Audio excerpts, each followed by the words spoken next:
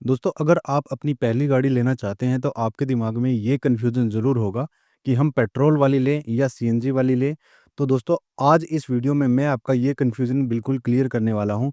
Last में बिल्कुल practical जवाब दूँगा। उससे पहले कुछ पॉइंट्स पे मैं डिस्कस करूँगा, जैसे कि price, mileage, power, service expenses, wear and tear के खर्चे, बूट स्पेस, रिस्क किसमें ज़्यादा है, रेंज कितनी मिलने वाली है।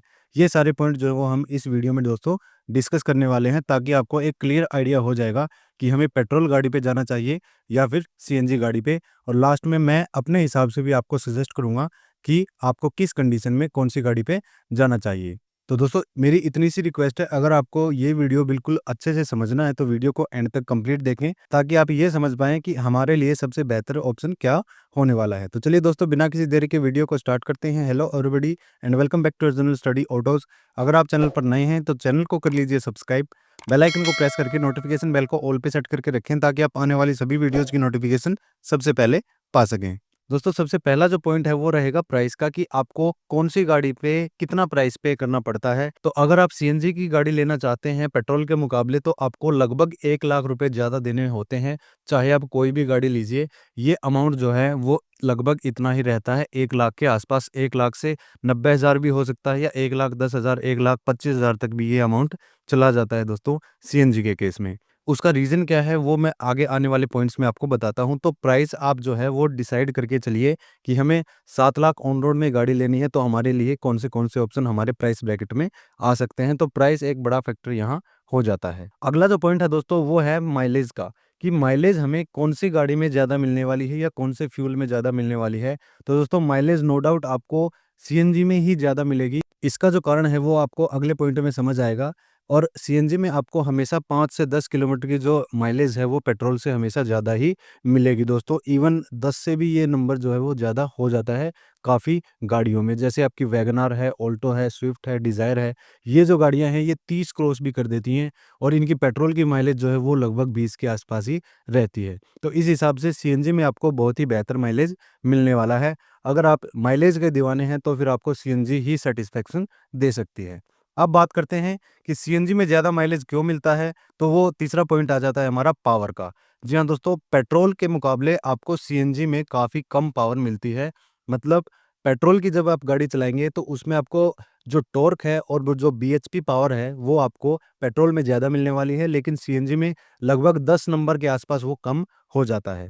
उसका रीज़न है कि कंपनी इंजन को उसी हिसाब से ट्यून करती हैं कि जैसे सीएनजी पे स्विच हो गाड़ी, तो इंजन की पावर ऑटोमेटिक डाउन हो जाए और माइलेज ज़्यादा निकाल के दे।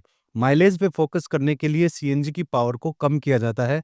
हालाँकि अगर उस इंजन की फुल एफिशिएंसी को सीएनजी पे भी दिया जाए, तो वो अच्छी पावर निकाल के दे सकता है। जैसे आपने टाटा नेक्सॉन देखी होगी, 170 न्यूटन मीटर का पीक टॉर्क आपको 1.2 लीटर का टर्बो पेट्रोल इंजन निकाल के देता है। वही सेम टॉर्क आपको सीएनजी में भी निकाल के दे रहा है यही इंजन। तो इसका मतलब ये है दोस्तों, कंपनी खुद जो है वो पावर हमेशा कम करके देती है। जब गाड़ी या इंजन सीएनजी पे स्विच होता है तो पावर ऑटोमेटिक उसकी ड्रॉप होती है, क्योंकि एक्सेसिव पावर जब नहीं आएगी तो माइलेज अच्छा निकल के आएगा, और उससे क्या है कि कस्टमर सैटिस्फैक्शन काफ़ी बढ़ता है। इससे हमारी जेब खर्च पे काफ़ी कम असर होता है दोस्तों। तो ये जो कारण है ये है आपका माइलेज से रिलेटेड, पावर से रिलेटेड, कि आपको पावर कम इसीलिए दी जाती है। पेट्रोल में आपको अच्छी एफिशिएंसी के लिए इंजन पे फुल पावर जो चाहिए वो आपको मिल जाती है। अगला जो पॉइंट है दोस्तों, फोर्थ पॉइंट, वो है सर्विस का और सर्विस एक्सपेंसेस का, कि सर्विस इंटरवल हमारा क्या रहेगा और सर्विस एक्सपेंसेस हमारे किस में ज़्यादा होने वाले हैं। तो सर्विस इंटरवल जो है वो दोस्तों, जैसे आप पेट्रोल की सर्विस अगर 10,000 किलोमीटर पे करवा रहे हैं, तो आपको सीएनजी की जो सर्विस है वो 8 या साढ़े 8,000 किलोमीटर पे करवानी ही पड़ेगी, क्योंकि इसमें स्पार्क प्लग थोड़ा-सा जल्दी जलता है, और दूसरा जो है वो लुब्रिकेसी कम काफ़ी जल्दी होती है सीएनजी में, क्योंकि ये एक ड्राई फ्यूल है। तो इस वजह से इंजन को जल्दी से चेकअप करवाना या उसकी सर्विस करवाना काफ़ी ज़्यादा ज़रूरी हो जाता है सीएनजी के केस में। लेकिन पेट्रोल में ऐसा कुछ भी नहीं होता। पेट्रोल में अगर आप 10,000 भी क्रॉस कर देते हैं तो आपको कोई दिक्कत नहीं होती है। तो यहाँ पे सर्विस इंटरवल जो है वो आपको सीएनजी में सबसे कम मिलेगा पेट्रोल के मुकाबले। अगर बात करते हैं एक्सपेंसेस की, तो दोस्तों सीएनजी का जो सर्विस एक्सपेंस है वो पेट्रोल से हमेशा ज़्यादा ही मिलेगा,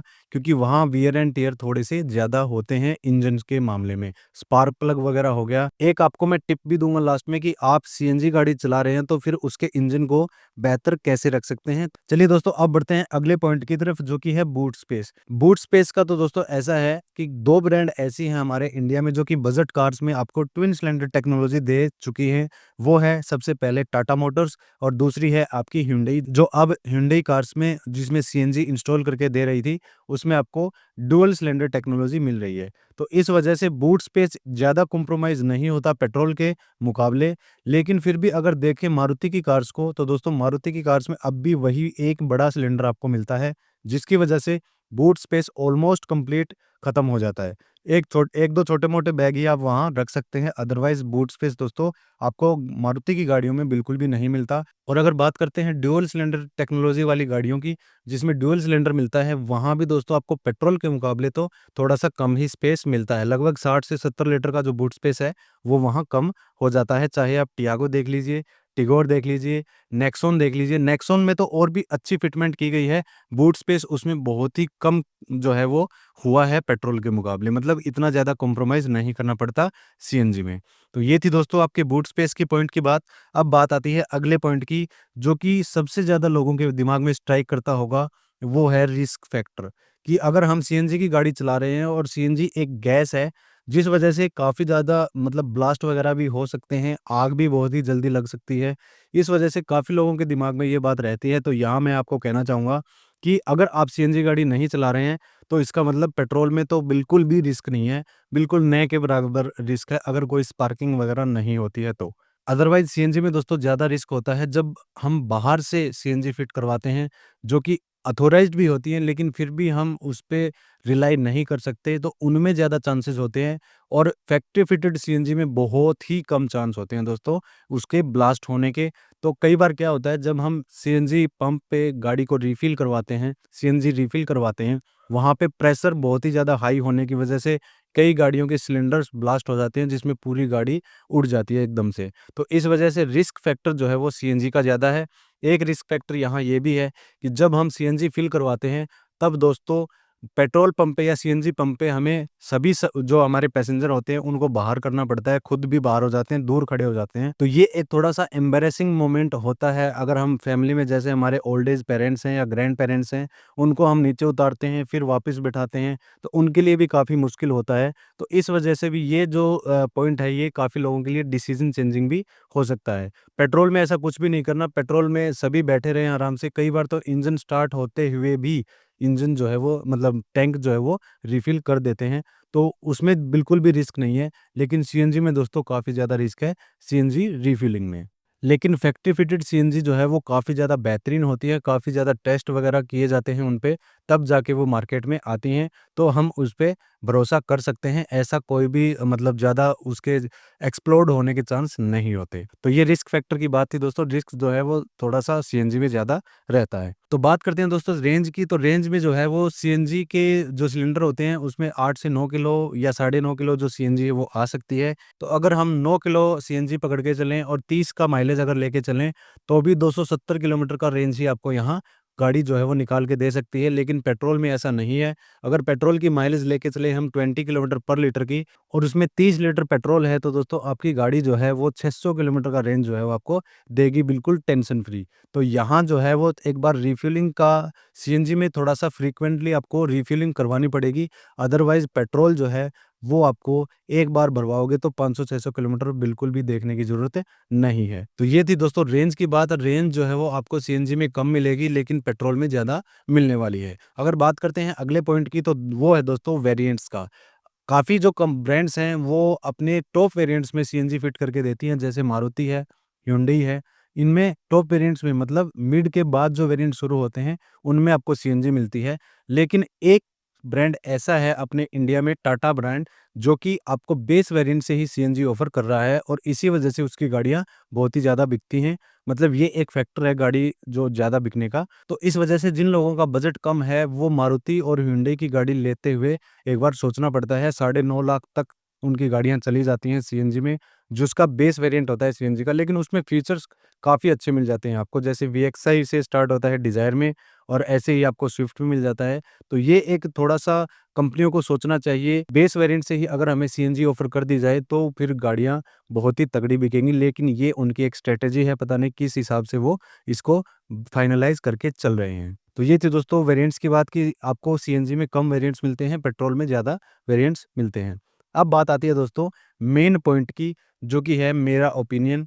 मैं आपको यहाँ ये कहना चाहूँगा कि अगर आपका बजट कम है, बिल्कुल टू द पॉइंट बात करेंगे दोस्तों। अगर आपका बजट कम है, आपको माइलेज ज़्यादा चाहिए, आपको टेंशन फ्री गाड़ी चाहिए, और आपकी रिलायबिलिटी भी ठीक हो, तो उस हिसाब से मैं ये कहूँगा कि अगर आपकी रनिंग 1500 किलोमीटर क्रॉस हो रही है मंथली, तो दोस्तों आपको सीएनजी ले लेनी चाहिए। क्योंकि अगर आज के टाइम में देखें, तो सीएनजी इंफ्रास्ट्रक्चर बहुत ही जल्दी से डेवलप हो रहा है। आगे चल के डीजल की गाड़ियाँ बंद होंगी और सीएनजी की गाड़ियाँ ज़्यादा होंगी। ईवी को इवॉल्व होने में अभी टाइम लगेगा। तो इस हिसाब से अगर आप एक गाड़ी लेना चाहते हैं आज के टाइम में, तो आपको सीएनजी प्लस पेट्रोल ले लेनी चाहिए, जिसमें हमें बाई फ्यूल यानी 2 फ्यूल का ऑप्शन मिल जाएगा। सीएनजी नहीं है तो हम उसको पेट्रोल पे भी चला सकते हैं, अगर आपकी किलोमीटर 1500 क्रॉस हो रही हैं तो।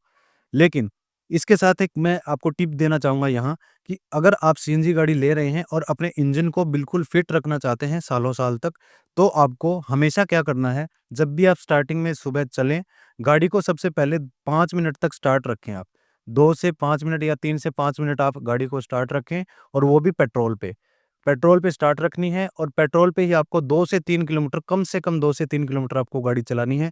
ज़्यादा चलाते हो तो वो वेल एंड गुड है। अदरवाइज़ 2 से 3 किलोमीटर आप गाड़ी को पेट्रोल पे रखिए, उसके बाद आप सीएनजी पे स्विच कीजिए, तो आपके इंजन की जो लाइफ़ है, वो लगभग पेट्रोल जैसी ही रहेगी दोस्तों। तो ये थी दोस्तों वो बात, जिससे कि आप इंजन की जो लाइफ़ है, वो आराम से सस्टेन कर सकते हैं। और अगर आपकी रनिंग जो है वो 1500 किलोमीटर से कम है, तो दोस्तों आप 1 लाख रुपए ज़्यादा ना दे करके आप आराम से जो है वो पेट्रोल गाड़ी ले सकते हैं, जिसमें आपको वेरिएंट्स भी काफ़ी मिल जाएँगे। और 1 लाख रुपए जो आप सीएनजी के एक्स्ट्रा दे रहे थे, उसमें आप 1 लाख रुपए में पेट्रोल की बहुत ही फीचर रिच गाड़ी जो है वो ले सकते हैं। तो आपकी रनिंग के हिसाब से आपको गाड़ी यहाँ सेलेक्ट करनी चाहिए। दूसरी जो बात है दोस्तों, वो है रिस्क फैक्टर। अगर आपको रिस्क ज़्यादा लगता है सीएनजी में, आपको डर लगता है, तो आप बिल्कुल भी ना जाएँ सीएनजी पे। और या फिर आपको पावर ज़्यादा चाहिए गाड़ी में, हमेशा आप बहुत ही मतलब एंथुसियास्ट ड्राइवर हैं, तो आपको सीएनजी में वो पावर नहीं मिलने वाली दोस्तों। प्राइस के हिसाब से अगर मैं बताऊँ, तो आपको एक 7 लाख ऑन रोड में काफ़ी अच्छे ऑप्शन मिल जाते हैं। हमने एक वीडियो प्रोवाइड करवाया था हाल-फिलहाल में, तो आप उस वीडियो को जाके देख सकते हैं दोस्तों। आई बटन में उसका लिंक आ रहा है, जिसमें 4 गाड़ियाँ मैंने बेहतरीन बताई थी आपको 7 लाख ऑन रोड के अंदर। तो मेरा ओपिनियन यही है कि 1500 किलोमीटर अगर क्रॉस हो रही हैं और आपको माइलेज ज़्यादा चाहिए, मतलब जेब खर्च, हमारा मंथली जो जेब खर्च है वो कम हो, तो आपको सीएनजी प्लस पेट्रोल गाड़ी ले लेनी चाहिए। अदरवाइज़ आपको दोस्तों ओनली पेट्रोल पे ही रहना चाहिए। डीज़ल जो है वो अब धीरे-धीरे बंद होने वाला है पैसेंजर व्हीकल्स में। आगे चल के बड़े व्हीकल्स भी अब जो है वो सीएनजी पे आ चुके हैं, तो सीएनजी का इंफ्रास्ट्रक्चर काफ़ी ज़्यादा बढ़ रहा है। तो सीएनजी की गाड़ी लेने में कोई भी बुराई नहीं है आज के टाइम पे।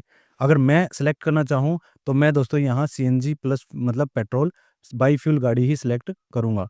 क्योंकि मेरा रीज़न ये है कि मुझे माइलेज ज़्यादा चाहिए, जेब खर्च मेरा कम होना चाहिए, और मेरी रनिंग जो है वो किसी भी मंथ 1500 क्रॉस भी हो सकती है, 2000 क्रॉस भी हो सकती है। तो इस हिसाब से सीएनजी जो गाड़ी है वो मेरे लिए बेहतर रहेगी। दूसरी जो चीज़ ये है दोस्तों, कि आपके आस-पास ये देखिए आप कि हमारे एरिया में सीएनजी पंप कितने हैं, सीएनजी की अवेलेबिलिटी कितनी है, और प्राइस कितना है सीएनजी का। तो अगर आप एनसीआर के आस-पास रह रहे हैं, तो आपको लगभग 80 के आस-पास या 75 या 80 के आस-पास जो है वो सीएनजी का प्राइस मिलने वाला है। और अगर आप नॉन एनसीआर में रह रहे हैं, बाहर रह रहे हैं, तो लगभग 85 भी जा सकता है, तो 90 भी जा सकता है। लेकिन वो 90 जो है, उसमें आपको माइलेज अच्छा मिलेगा, तो आपको सैटिस्फैक्शन ज़रूर मिलेगा दोस्तों। बाहर वाली सीएनजी जो आफ्टर मार्केट सीएनजी होती है, उससे थोड़ा-सा बचें। अगर आपको सीएनजी लेनी है, तो फैक्ट्री फिटेड ही लें, क्योंकि उसमें काफ़ी कम रिस्क होता है, ऑलमोस्ट नए के बराबर ही रिस्क होता है। तो ये था दोस्तों हमारा आज का वीडियो, जिसमें मैंने आपको बताया कि आपको पेट्रोल लेनी चाहिए या सीएनजी। तो अगर आपको कोई भी कन्फ्यूज़न है, तो आप मुझे कमेंट कर सकते हैं, मैं आपको उसका रिप्लाई ज़रूर करूँगा। दोस्तों अगर आपको वीडियो पसंद आया है, अपने रिलेटिव्स के साथ इसको शेयर कीजिए, जो कि उनको मदद मिल सके कि हमें पेट्रोल गाड़ी पे जाना चाहिए या फिर सीएनजी पे। तो आप वीडियो को लाइक कीजिए दोस्तों, चैनल को सब्सक्राइब कीजिए, बेल आइकन को प्रेस करके नोटिफिकेशन बेल को ऑल पे सेट करके रखें, ताकि आपको नोटिफिकेशन हमारी न्यू वीडियो की सबसे पहले मिल सके।